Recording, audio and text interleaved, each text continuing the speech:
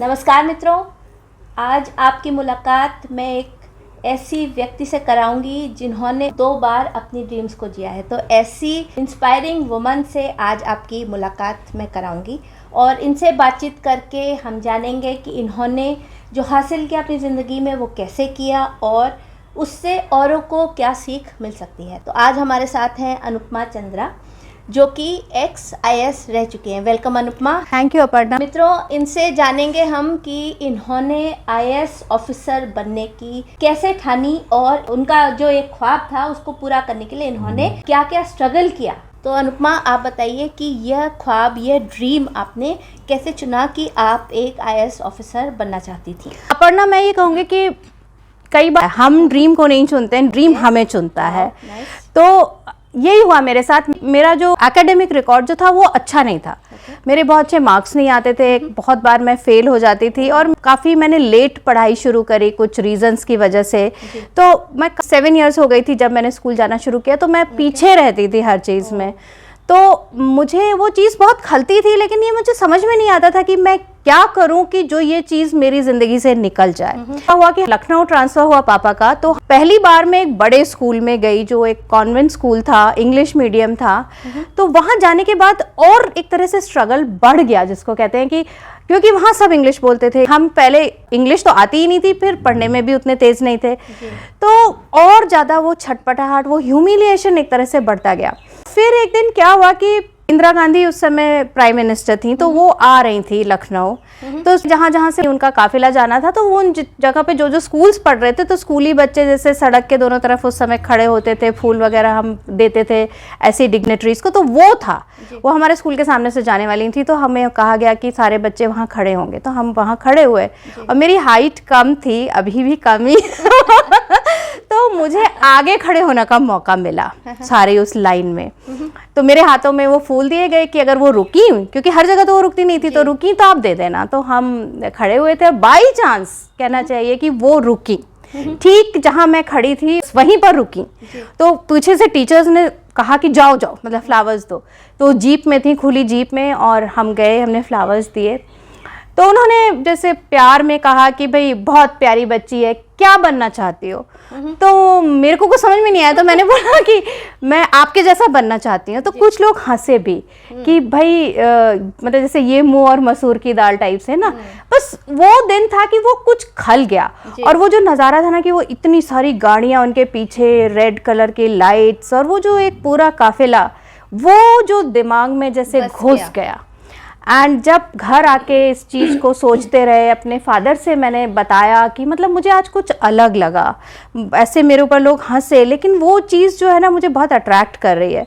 तो उन्होंने कहा इसमें क्या बड़ी बात है, एक एग्ज़ाम होता है UPSC का, उससे IAS और सिविल सर्विसेज क्वालिफाई करते हैं, वो एग्ज़ाम दे लेना और सब कुछ मिल जाता है। लाइट वाली गाड़ियाँ भी होती हैं, शान शौकत भी होती है। तो फादर ने कि एक 12-13 साल के बच्चे को जिस तरह कहा जाता है कि ये परेशान हो रही है, वैसे कहा कि भाई क्या है, एक एग्ज़ाम दे लो। और मेरे दिमाग में बैठ गया बस एक एग्ज़ाम ही देना है। अच्छे नहीं थे हम एग्ज़ाम्स में, बट ये एक उम्मीद, जिसको कहते हैं ना कि एक उम्मीद मिली कि हाँ एक एग्ज़ाम होता है कि आप अपनी वो लाइफ की स्टोरी को बदल सकते हैं। तो जैसे मैंने कहा ना कि उस ख्वाब ने मुझे चुना। वो आके अगर मेरे सामने गाड़ी नहीं रुकती, मैं खड़ी रहती, तो कुछ और लाइफ होती शायद। एक पॉइंट ये भी है अनुपमा कि हो सकता है आपके पिताजी कहते कि तुम पॉलिटिक्स एंटर कर लो, तुम पॉलिटिकल साइंस पढ़ो, तुम किसी पार्टी को ज्वाइन करो, तो हो सकता है आपका रुख कुछ और होता। बिल्कुल, पर मुझे लगता है क्योंकि पापा गवर्नमेंट सर्विस में थे, तो उनकी शायद अंदर से हमेशा चाहत रही होगी कि हमारे बच्चे भी सरकारी नौकरी में जाएं या कुछ अफसर बने। और उन्होंने जब मेरे अंदर एक वो ललक देखी, तो उन्हें लगा कि शायद ये सही डायरेक्शन है इसको देने का। तो ये हुआ। तो मित्रों, ये कितनी अच्छी बात है, कितनी सुंदर बात है कि आपके घर के ही किसी इंसान ने आपको ऐसी राह बताई जो आपके लिए एक पायदान, आपका एक ख्वाब बन गया और आप उसके पीछे लग गए। तो इससे आप समझ सकते होंगे कि अपनी ज़िंदगी में एक एस्पिरेशन, एक ड्रीम होना कितना ज़रूरी है। और अनुपमा, आप ये बताइए कि जब आपने इस ड्रीम को चुन लिया, या आपके हिसाब से ड्रीम ने आपको चुना, उसके बाद आप तैयारी में जुट गई। लोगों की आदत होती है हमारे समाज में लड़कियों से खास करके पूछने की तुम क्या कर रही हो, तो एक्चुअली देखो, जब मैं 12-13 साल की ही थी जब ये इंसिडेंट हुआ, तो वो बहुत एक कम उम्र है ऐसे बच्चे के लिए जिसका रिकॉर्ड भी बहुत अच्छा नहीं है, तो आपको बहुत लंबा रास्ता तय करना है। तैयारी किस तरह शुरू हुई वो भी बहुत अलग सी एक चीज़ है कि जब आप रास्ता ढूंढते हैं तो भगवान रास्ता दिखाता है। तो कॉन्फिडेंस तो नहीं था कि इतनी बड़ी चीज़, और ये अंदाज़ा भी नहीं था कि वो कितनी बड़ी चीज़ है, बस ये था कि कुछ एक बनने का कुछ मिला। और जिसको कहते हैं ना कि एक ऐसा इंसान, एक ऐसा बच्चा जो ड्रीम नहीं कर पाता था क्योंकि उसका रिकॉर्ड ही इतना खराब था, पहली बार लगा कि एक ड्रीम है हाथ में। तो जैसे कहते हैं ना कि अगर कोई जिसके पास भर भर के खाना है उसको आप एक और खाना देते हो तो कोई खास फर्क नहीं पड़ता, लेकिन जो कोई भूखा है तो उसको एक कोई चीज़ मिलती है खाने की, तो उसके लिए उसका स्वाद भी अलग होता है, उसके लिए उसका एप्रिसिएशन भी अलग होता है। तो एक तरह से आई वॉज हंग्री कि मुझे कोई होप, कोई ड्रीम कुछ मिले, तो मुझे वो एक मिला तो मैंने पकड़ लिया। और लोगों ने तो कहा, जैसे आपने कहा है कि जब 2-1 साल तक तो कुछ नहीं, चलो अपने घर में ही सोच रहे हैं कैसे करें, पापा बता रहे हैं, लेकिन जब बात फैलनी शुरू हुई, खासकर फैमिली में फैलती है पहले बात कि अच्छा ये IAS बनने की सोच रही है लड़की होकर इतने साल पहले, तो लोगों ने कहा अरे IAS बनने की सोच रही है, ये बनेगी, मतलब एक जो टोन होती है ना कि ये बनेगी, इसकी तो कोई पर्सनालिटी नहीं है, ना कॉन्फिडेंस है, ना पढ़ाई में कुछ है, मतलब IAS तो कोई दो चीज़ होती है, तो ऐसे लोग थोड़ी बनते हैं, ये सुनने को मिलना शुरू हुआ। और जैसे जैसे आप थोड़े बड़े होते गए, 16, 17, 18 साल के, तो ये हुआ कि अच्छा इसका तो रंग थोड़ा सांवला है, अपने सोसाइटी में आपको पता है ना रंग का कितना एक पागलपन है, रंग सांवला, इसकी जल्दी शादी करो नहीं तो ना लड़के ही नहीं मिलेंगे। अब जो अच्छा लड़का मिले ना, एक फेवर है, it is a favour to me कि भाई कोई अच्छा लड़का आपसे शादी कर रहा है। एंड लोग इस तरह से डीमोटिवेट और हतोत्साहित करते गए, लेकिन उनको ये नहीं पता था कि मेरे पास तो सिर्फ एक सपना था। जितना उन्होंने मुझे ह्यूमिलिएट किया, मेरा कमिटमेंट टू द ड्रीम वो और स्ट्रांग होती गई, क्योंकि मेरे लिए उन हर बात का जवाब सिर्फ एक था कि मैं क्वालिफाई कर लूं, फिर ये क्या कहेंगे, है ना। तो वो अपनी तरफ से मुझे नीचे खींच रहे थे, लेकिन उनका नीचे खींचना मेरे लिए फायदे की चीज हुई। एक दिन भी ऐसा नहीं गया कि जब I could sit back and से कि नहीं कोई बात नहीं, नहीं भी हुआ तो क्या, क्योंकि मुझे बहुत लोगों को दिखाना था, बहुत लोगों ने मुझे परेशान तब तक कर लिया था। एंड शादी तो नहीं करनी थी। 18-19 पर आकर मैंने कहा जो ये लोग सारे कह रहे हैं ना कि ये शादी कर ले बड़ी बात है, तो शादी तो मैं अभी नहीं करूँगी किसी हालत में। तो that push and pull factor, I wanted to do it, and that push factor जो लोग बोले जा रहे हैं कि लड़की हो, ये हो, वो हो, that I think put me on the right track. And I think Aparna की ज़िंदगी में कोई भी ड्रीम या कोई भी डिज़ायर, कोई भी गोल है ना, अगर आपकी नज़र उस पे से हटती नहीं है ना, तो रास्ते निकल आते हैं। रास्ते तब खोते हैं जब आपकी नज़र हट जाती है उस पे से। तो मेरे केस में by force, it was not a very happy situation for me कि कोई कुछ बोल रहा है, but I had to put my focus on my goal, there was no other option, there was no other way. तो मित्रों, ये सीखने की बात है कि विचलित हमें नहीं होना है, जो राह हमने चुनी है उस पर हमें अडिग रहना है। और सेल्फ डाउट तो ज़रूर होता है, लेकिन लोगों को गलत प्रूव करने का हमारे पास यही मौका होता है कि जो वो कहें कि तुम नहीं कर सकते, हम वो करके दिखाएं। तो इन फेस ऑफ एडवर्सिटी या लोगों की नेगेटिव जो सोच थी, नेगेटिव विचार थे, वो कभी कभी आपको भी परेशान करते होंगे, तो उनको शट आउट करने के लिए, उनसे पार पाने के लिए आप क्या करती थी? अब जैसे मेरे को एक इंसिडेंट याद आता है इस बात पे कि हम किसी बर्थडे पार्टी में गए थे, शायद 15-16 साल ऐसे कुछ उम्र रही होगी, और वहाँ पर बहुत सारे बच्चे थे, पापा के फ्रेंड्स के ही बच्चे ज़्यादातर, और वो सारे बहुत अच्छी इंग्लिश बोलते थे, बहुत उनके करियर गोल्स थे। हम लोग थोड़ा, मतलब मैं खास करके थोड़ा ढीला ढाल, मतलब ये ड्रीम मिल गया था बट कॉन्क्रीट कुछ नहीं था, तो और हिंदी में अभी भी ज़्यादा कंफर्टेबल थी। तो उस ग्रुप में जैसे खड़े होते हैं, पार्टी के बच्चों के ग्रुप में बात करने लगे, तो किसी एक लड़की ने मुझे पूछा, what career do you want to have.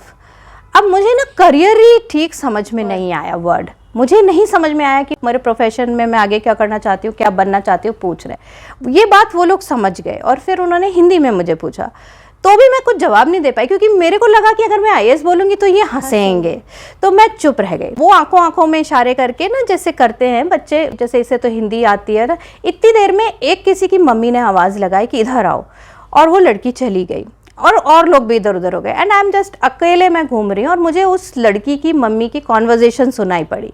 वो कहती है उन बच्चों के साथ क्यों टाइम वेस्ट कर रहे हो जो खुद कुछ नहीं करना चाहते लाइफ में, जिन्हें कुछ आता नहीं है, कुछ करना भी नहीं चाहते, उनके साथ बैठो उठो जो कुछ करना चाहते। ये चीज सुन ली मैंने, लेकिन ना मुझे बहुत खल गई कि मतलब मैं ये उनमें गिनी जा रही हाँ, हूँ जो कुछ नहीं करना चाहती। हाँ, और इन्हें कुछ नहीं आता। और ये चीज एक जैसे होता है ना कि घर के अंदर होती है तो अलग होती है, एक समाज में, एक पार्टी में, तो एक बच्चे के लिए वो बहुत ही ज्यादा चुभती हुई और बहुत आपको तोड़ देती है वो बात। तो मैं जब घर आई तो भी मुझे ये बात दिमाग से नहीं निकली कि किसी ने मुझे कह दिया कि, और किसी की मम्मी ने कहा, बच्चे ने नहीं। और ये जो चीज़ थी ना, I think this was the turning point in my life, जब मुझे ये लगा कि अच्छा अगर आप कुछ करते नहीं हैं, आपके नंबर नहीं आते, आप किसी मुकाम पे नहीं हैं, तो ऐसा सोचते हैं लोग आपके बारे में, है ना। और ये सोचते सोचते जैसे होता है ना कि एक टीन एज माइंड उसको और उलझाता जाता है। और मैं उस पॉइंट पर आ गई, मुझे इतना गुस्सा, इतनी अंदर से रेज आई कि मैंने सोचा कि एक दिन ऐसा आएगा कि आके बोलेंगे कि हमें तुम्हारे साथ बैठना है, और मैं कहूँगी कि नहीं अभी नहीं, अभी मैं फ्री नहीं हूँ, मतलब ये मेरे मन में घूम रहा है। और वो चीज़ को पकड़ के, जैसे नहीं होता है, मैं मतलब इसने मुझे इतना मोटिवेट किया इस चीज़ ने कि जो थोड़ा बहुत डाउट था कि नहीं भी हुआ तो क्या, लेकिन अब हो गया कि नहीं, वो ऑप्शन तो है ही नहीं। एंड आई डिसाइडेड कि मेरा जब तक हो नहीं जाएगा मैं किसी को बताऊंगी भी नहीं, ठीक, कि मैं इस रास्ते पे चली हूँ, क्योंकि मुझे यही लगा कि कोई फ़ायदा नहीं है, कोई समझता नहीं है। और उसकी इंस्पिरेशन कहाँ से आती है, जो आपने सवाल पूछा कि जब आप ऐसी चीज़ों को फेस करते तो आप अपने आप को खड़ा कैसे करते हैं। तो मेरा ये कहना है कि मैंने आज तक कितनी ही लोगों की जीवनियाँ पढ़ ली, आपने भी पढ़ी होंगी, लोगों को इंटरव्यू किया होगा। मेरा ये मानना है कि जब तक कि बहुत बुरी तरह कोई चीज़ आपको खल नहीं जाती ना, आप कुछ बन नहीं पाते। Somewhere in your heart once और ट्वाइस दैट, एक जिसको कहते हैं ना कांटा चुभना जरूरी है, वो आपको जगाता है कि तुम किस लिए बने हो। अगर आपकी ज़िंदगी बहुत आसान चलती है ना, तो भी आप कुछ कर नहीं पाते। एंड ये आपके इंटरव्यू के माध्यम से मैं कहना चाहती हूँ, वो सारे लोग जो एस्पायर कर रहे हैं यूपीएससी या कुछ भी और बड़ा, डॉक्टरी, इंजीनियरिंग, आप एक बात को मान को चलो कि अगर आज आपकी भर भर के बेइज्जती हो रही है ना, जैसे मेरी हो रही थी, तो कल आप बड़ा बनोगे, ये तय बात है। अगर आपकी कभी बेइज्जती नहीं हुई तो इसका मतलब है कि अभी कहीं पर कुछ लैकिंग है, आपको वो मोटिवेशन नहीं आएगा। किसी भी स्पोर्ट्समैन को देख लो, एक पॉइंट आता है कि जब उनकी कुछ ऐसा हो जाता है लाइफ में कि आर या पार, तो वो जो चीज़ है ना, और हाउ आई ओवरकेम वॉज कि जब भी कुछ उलझन हुई तो मैंने सिर्फ एक चीज़ देखी कि हम इसका जवाब कैसे दे सकते हैं, और एक ही जवाब था मेरे पास, यूपीएससी को क्वालिफाई कर लो, सारे जवाब उसी दिन पूरे हो जाएंगे। ओके, तो आपने कई अटेम्प्ट किए पार करने के लिए, आपका मैंने आसानी से हो गया? आसानी तो नहीं कहेंगे, लेकिन अटेम्प्ट एक ही था। अच्छा। हाँ, आसानी क्यों नहीं कहूँगी, क्योंकि बहुत सारा स्ट्रगल करना पड़ा। और आसानी इसलिए भी नहीं कि जैसे मैं इस चीज़ को टेकन फॉर ग्रांटेड नहीं कर सकती थी कि 3 अटेम्प्ट्स अवेलेबल हैं या 4 अटेम्प्ट्स अवेलेबल हैं तो मैं तीनों चारों दूँ, क्योंकि देखो अब से 26, 27, 28 साल पहले की बात है, लड़कियों पर शादी का प्रेशर बहुत होता था, अभी भी है, लेकिन उस समय तो 20-21 ही ऐसी उम्र होती थी कि उसके बाद आपको शादी करनी है। तो मुझे पता था कि मेरे पेरेंट्स लाख चाहें, लिबरल थे, प्रोग्रेसिव थे, लेकिन उनके ऊपर भी प्रेशर था। तो मुझे लगता था कि एक अटेम्प्ट के बाद दूसरा अटेम्प्ट पता नहीं मिलेगा कि नहीं मिलेगा, तो यही एक मौका है। हाँ, जो कर जाओ, नहीं तो शादी शायद करनी पड़ जाती with all the pressure and stuff. एक आग का दरिया है और डूब के जाना है। बिल्कुल। और आपको ये पता है, जैसे होता है ना इंसान का दिमाग, हम कहते हैं ना कि अगर आपके पास बहुत सारा काम है और आपको बता दिया जाए कि 2 घंटे में करना है तो आप कर लेते हैं। आपके पास बहुत सारा काम है, आपको बोला जाए 10 दिन में करना है तो 10 दिन भी आप लगा लेते हैं। तो मेरे साथ वही था कि मेरे पास एक अटेम्प्ट था और मेरी 10 साल की अंदर से जो आग थी वो थी। तो मुझे पता था कि या तो मैं स्वीकार कर लूं कि भाई मैं हाउसवाइफ हो जाऊंगी या कुछ ऐसे छोटा मोटा टीचिंग वीचिंग करूंगी जो मैं नहीं करना चाहती थी, या फिर मेरे को एक फुल फ्लेजेड अटेम्प्ट मिल रहा है जिसमें 600-700 जितने भी लोग उस साल सेलेक्ट हुए थे होते थे। And I used to think कि जब 600 लोग सेलेक्ट हो सकते हैं तो उसमें से एक मैं क्यों नहीं हो सकती। बिल्कुल। तो मित्रों, अपने ड्रीम को पूरा करने के लिए वो लगन, वो आग बहुत बहुत ज़रूरी है। और जैसे अनुपमा ने कहा कि take the first attempt as the last attempt. एक और चीज़ है पढ़ना, एक अटेम्प्ट और दूसरे अटेम्प्ट में क्या बदल जाएगा, आप तो वही हो, तैयारी वैसे ही करनी है, एग्जाम वही है। तो हम अगर जब सोचने लगते हैं कि चलो पहला अटेम्प्ट है, थोड़ा इजीली ले, तो उससे क्या होना है? वो मेहनत तो डालनी ही पड़ेगी जो क्वालिफाई करने के लिए डालनी पड़ती है। और अभी हमें पिछले 2-3 सालों में तो ये बहुत बड़ी सीख मिली है कि समय बदलते देर नहीं लगती। तो आज जो सामने दिख रहा है कि I am able to give an attempt, कल हो सकता है जैसे कुछ लोगों का लास्ट ईयर 21 वाले में सब डिस्टर्ब हो गया ना, अटेम्प्ट्स हो नहीं पाए ठीक से, डेट्स चेंज होते रहे, कुछ भी हो सकता है।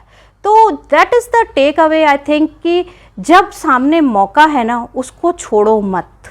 You have to give your 100%। मौका दोबारा मिले ये कहीं नहीं लिखा हुआ। आज का जो दिन है, आज जो मौका है, उसको हाथ लेकर चले। अनुपमा, आपसे ये जानना चाहूँगी कि आपने जब क्वालिफाई किया उसके बाद लोगों का नज़रिया आपके प्रति बदला और किस तरीके से बदला? मैं ये कहूँगी कि जैसे ही मैंने क्वालिफाई किया, उस समय इंटरनेट वगैरह नहीं था, तो हमें दिल्ली से खबर आने का वेट करना पड़ता था।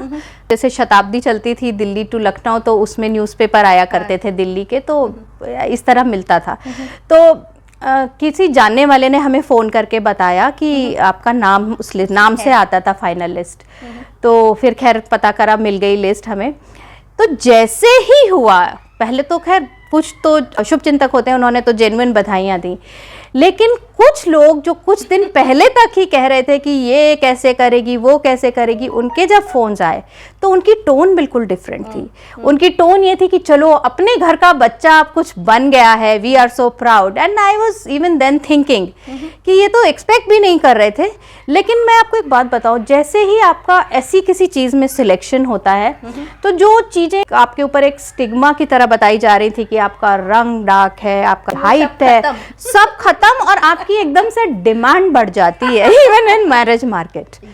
Suddenly there were n number of people who wanted to have an alliance with me because I had qualified, है ना? तो नजरिया तो पूरी तरह बदल जाता है, आप सडनली हीरो हो जाते हो जीरो से लिटरली।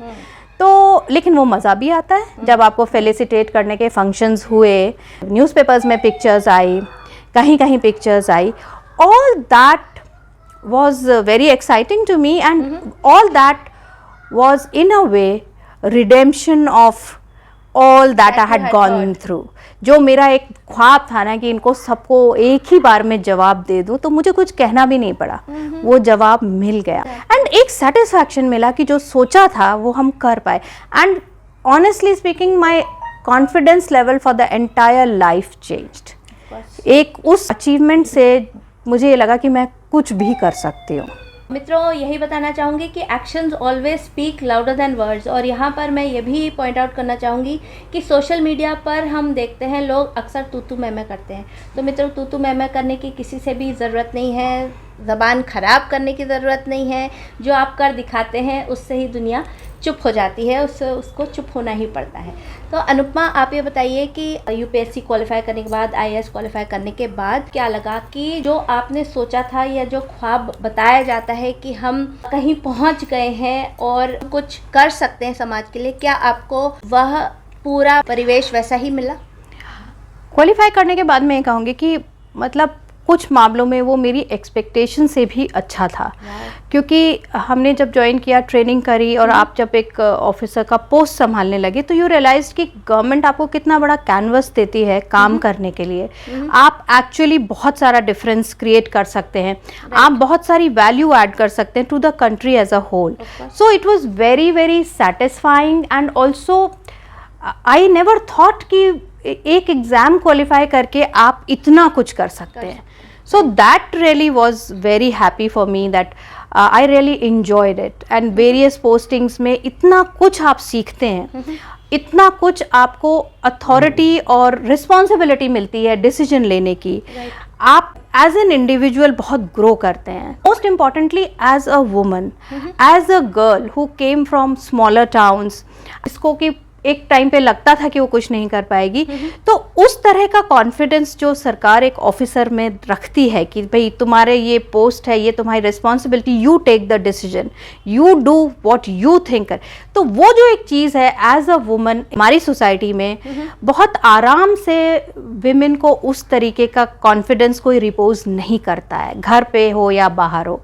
तो आई वुड से सरकार बिल्कुल भी डिस्टिंग्विश नहीं करती कि आप मेल ऑफिसर हैं या फीमेल ऑफिसर हैं, तो वो मेरे लिए बहुत ज़्यादा एक बड़ी चीज़ थी। Plus the independence it gave me, because in my position I had to take independent decisions. तो एज अ पर्सन ऑल्सो मैं ऐसी हो गई कि मैं हर चीज़ का डिसीजन लेकर उसको संभाल सकती हूँ। और मुझे लगता है this was very satisfying for me, जो मैं सोच के घुसी थी कि हाँ इसके बाद आप कुछ हो जाएंगे, आपको कुछ समझा जाएगा, और जो आपको इज्जत भी मिलती है, जो स्टेटस मिलता है, आई थिंक पूरा मिला के it's a real good package. Right, जैसे कि इन्होंने कहा कि सिर्फ अपने लिए आप वो मकाम हासिल नहीं करते हैं, वो कंट्रीब्यूट करने का, वो ज़िंदगी में और सोसाइटी के लिए कुछ करने का एक मौका होता है। सरकार आपको ये मौका देती है कि आप इंडिपेंडेंट डिसीजन ले पाए, और इट इज़ वेरी इम्पॉर्टेंट, क्योंकि जो एक स्त्री करती है उसको देख के कईयों को और प्रेरणा मिलती है कि हम भी कर सकते हैं।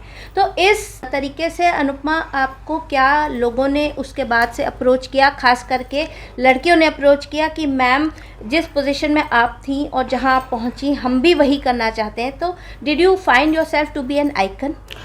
हाँ, बहुत लोगों ने अप्रोच किया, बहुत ऐसे लोगों ने मुझे, लड़कियों ने अप्रोच किया जिनको हम अदरवाइज जानते थे जब हम छोटे थे, वो हमसे भी छोटी थे, या फिर ऑफिस में भी बहुत सारे लोग आके आपसे मिलते हैं, उनके बच्चे होते हैं, उनकी सिस्टर्स होती हैं, या वो खुद होते हैं। जब वो देखते हैं कि एक यंग लेडी एक बहुत इंपॉर्टेंट पोजीशन होल्ड कर रही है, तो ये अपने आप में एक इंस्पिरेशन होती है। Women want to be like that, girls want to be like that. And जब वो सुनते हैं कि आप पढ़ाई में अच्छे नहीं थे फिर भी आपने किया, आप छोटे शहरों से, तो उनको लगता है कि हाँ इसने किया तो हम भी कर सकते हैं। तो बहुत लोग अप्रोच करते थे, और मेरा हमेशा सबसे ये कहना होता था कि अपनी लड़कियों को सबसे पहले पेरेंट्स का सपोर्ट चाहिए, फैमिली का सपोर्ट चाहिए, और अगर वो मिल जाता है ना तो उनके चांसेस कुछ भी बड़ा करने के लाइफ में बहुत ज़्यादा बढ़ जाते हैं। तो कभी भी बेटियों को ये मत कहो कि तुम लड़की हो नहीं कर सकती, क्योंकि ये हमने कभी नहीं सुना बचपन में। हमने ये जरूर सुना कि पढ़ाई नहीं करोगे तो कुछ नहीं होगा, लेकिन ये कभी नहीं सुना कि लड़की हो तो नहीं कर सकते। एंड आई थिंक वो मेरी स्ट्रेंथ है कि मैंने कभी अपने आप को इस तरह नहीं सोचा कि मैं लड़की, बाहर के लोगों ने कहा पर घर के लोगों ने कभी नहीं कहा। तो मेरे पास जो लड़कियां अदरवाइज जैसे कुछ ऑफिस में इंटर्नशिप चल रही है उसमें भी आते थे, तो मैं उसमें भी यही समझाती थी कि हर कोई यूपीएससी करना चाहे ये ज़रूरी नहीं है, लेकिन जो आप करना चाहते हैं उसके प्रति आपको 100% ऑनेस्ट होना चाहिए, विच मीन्स कि आपका फर्स्ट कमिटमेंट उस तरफ होना चाहिए, not to anything else, including social norms. आपको शादी में अटेंड करना जरूरी है, जैसे मुझे कहा जाता था जब मैं तैयारी कर रही थी कि नहीं नहीं क्लोज रिश्तेदार की शादी है, तो मैंने कहा नहीं, मेरे एग्जाम इस साल मेरा कमिटमेंट है, मैं क्लोज रिलेटिव हो कोई भी हो। तो बहुत सारी चीज़ें होती हैं, इसको आगे रखो, this should be the first priority I should say. तो मित्रों, ये जो एस्पिरेंट्स हैं फॉर एनीथिंग, चाहे आप आईएएस क्वालिफाई करना चाहते हो, चाहे आप डॉक्टर या कुछ भी बनना चाहते हो, आप एंटरप्रेन्योर बनना चाहते हो, ये निष्ठा बहुत ज़रूरी है एंड फोकस आपका। तो आपको एक चीज़ को हासिल करने के लिए शायद कई चीज़ें सैक्रिफाइस भी करनी पड़ेंगी। जैसे अनुपमा ने कहा कि एग्ज़ाम के लिए पढ़ रही थी तो शादियों को अटेंड करना या फंक्शंस में जाना वो इम्पॉर्टेंट नहीं था, और फैमिलीज़ को ये समझना होगा और इस बात के लिए सपोर्ट करना पड़ेगा। कई बार लड़कियां किसी एम को लेके, किसी ध्येय को लेके चलती हैं, लेकिन लोग बीच में कहते हैं कि अब तुम्हारी उम्र हो गई, अब तुम शादी कर लो। तो आपको क्या लगता है कि इस तरह बीच में डिस्ट्रक्शन होने से लोग अपना ध्येय खो देते हैं, या सहायक तो नहीं होता है डेफिनेटली, कैसे इससे लोग पार पा सकते हैं? मैं ये कहूँगी अपर्णा कि मेरे ख्याल से कोई लड़की हमारे समाज में नहीं होगी जिसको किसी पॉइंट पर ये नहीं चुनना पड़ा कि या तो शादी या तो मेरा सपना, चाहे वो कुछ भी हो, शादी होने के पहले या शादी होने के बाद। This question always arises with everybody. और मेरा उसका बहुत सिंपल सा जवाब है जो बहुत सारे मम्मियों को पसंद नहीं आएगा, पापाओं को पसंद नहीं आएगा, कि तुम अपना सपना चुनो। क्योंकि मेरा ऐसा मानना है कि सपना देखना आपका हक है और सपने को पूरा करना वो आपकी जिम्मेदारी है। जब आपके मन में एक सपना आया है तो वो क्यों आया है? यूनिवर्स में कुछ भी ऐसे ही नहीं होता, वो इसलिए आया क्योंकि तुम उसके लिए बने हो। तो जब आपके पास एक सपना आ गया तो उसको पूरा करना is your responsibility and you should not run away from it. क्योंकि मेरे एक्सपीरियंस से मुझे ये लगता है कि वो सपना आपका पीछा नहीं छोड़ेगा। तुम आज उसको ना करके साइड कर दोगे, कल ना, वो 10 साल बाद आके आपको परेशान करेगा कि तुमने मेरी तरफ ध्यान क्यों नहीं दिया। एंड 100 इंस्टेंसेस हैं इस चीज़ के कि हमने आज एक चॉइस करी अपना मन मार के, अपना सपना मार के, और 20 साल बाद उसका असर हमारे ऊपर हुआ। तो आप 20 साल तक सफ़र क्यों करना चाहते हो? आप हमसे सीखो ना। आपको अपना सपना चूज करना चाहिए हर बार। बिल्कुल। लोग दूसरों को यह कह के भी हतोत्साहित करते हैं कि अरे तुम्हारा वहाँ भी नहीं हुआ और अब तो शादी भी नहीं होने पाएगी, अब उम्र निकल गई। तो ऐसे लोगों को क्या उत्तर देना चाहिए जो इस नाव में हैं? वो इसको कैसे पार कर सकते हैं? देखो, जहाँ तक शादी और जिस तरह से तुमने कहा कि कहा जाता है कि अब फिर तुम्हारी शादी नहीं हुई, तो वो क्या भविष्य ज्ञाता हैं कि उनको पता है कि शादी होगी या नहीं? तो ये बात हो गई। दूसरी बात, अगर नहीं हुई तो क्या? डज एनीबडी से कि तो क्या? So what? बहुत लोगों की और वजहों से भी नहीं होती, या हो सकता है आप करना ही नहीं चाहते भाई। तो आपकी शादी में इतना प्रीमियम क्यों है, मेरी समझ में कभी नहीं आया। यही एक एंड ऑल बी ऑल जो हमारे समाज में माना जाता है कि भाई कुछ करो ना करो शादी कर लो। तो मैं तो इस तरफ से अपनी नज़र कुछ बचानी पड़ेगी, अपनी सोच थोड़ी सी हमको बदलने की ज़रूरत है अगर हमें ज़िंदगी में कुछ भी करना है। और ये स्त्रियों के लिए नहीं, ये पुरुषों के लिए नहीं, ये सबके लिए है। It holds true for everyone कि ज़िंदगी में कुछ कर दिखाना ज़्यादा ज़रूरी है, सिर्फ ये नहीं कि आप कुछ ना करें और सिर्फ शादी कर लें। पता है क्या है, मुझे क्या लगता है कि हर कोई शादी की बात क्यों करता है, खासकर लड़कियों से, कुछ लड़कों से भी जो उस उम्र के होते हैं, बट लड़कियों से ज़्यादा। क्योंकि अगर मान लो मेरी शादी होती है नहीं होती, इसमें थर्ड पार्टी को करना क्या है? What is there in it for them और नॉट देयर फॉर देम? बात यह है कि उन्होंने भेड़ों का झुंड ज्वाइन कर लिया है ना, अब उन्हें चाहिए कि उसमें और भेड़ें आए। अगर उन्हें लगता है कि तुम भेड़ नहीं थोड़ी सी भी शेरनी हो, तो उनको डर लगता है कि ये खा ना जाए हमें। तो वो कहते हैं ये शेरनी बनने लग रही है, इसको ना भेड़ बनाओ। तो अब इस बात को समझो कि जब लोग तुम्हें खींचते हैं ना, तो वो इसलिए खींचते हैं उनको तुम में थोड़ा कुछ शेर जैसा नजर आता है, और उनको सिर्फ भेड़ से कंफर्ट है। तो हमें नहीं बनना भेड़, हमें शेर ही बनना है। तो हम उनकी बात क्यों सुने भाई? मित्रों, इस बात पे मैं ये कहूँगी कि मैं करने वाली बकरी जो है वो सबसे पहले काटी जाती है। अनुपमा से हम बातचीत जारी रखेंगे। And please keep watching Strilogs, your channel, your voice. आप भी अगर कोई स्टोरी शेयर करना चाहें तो please you are welcome to inbox me and keep safe. Bye bye. Thank you so much.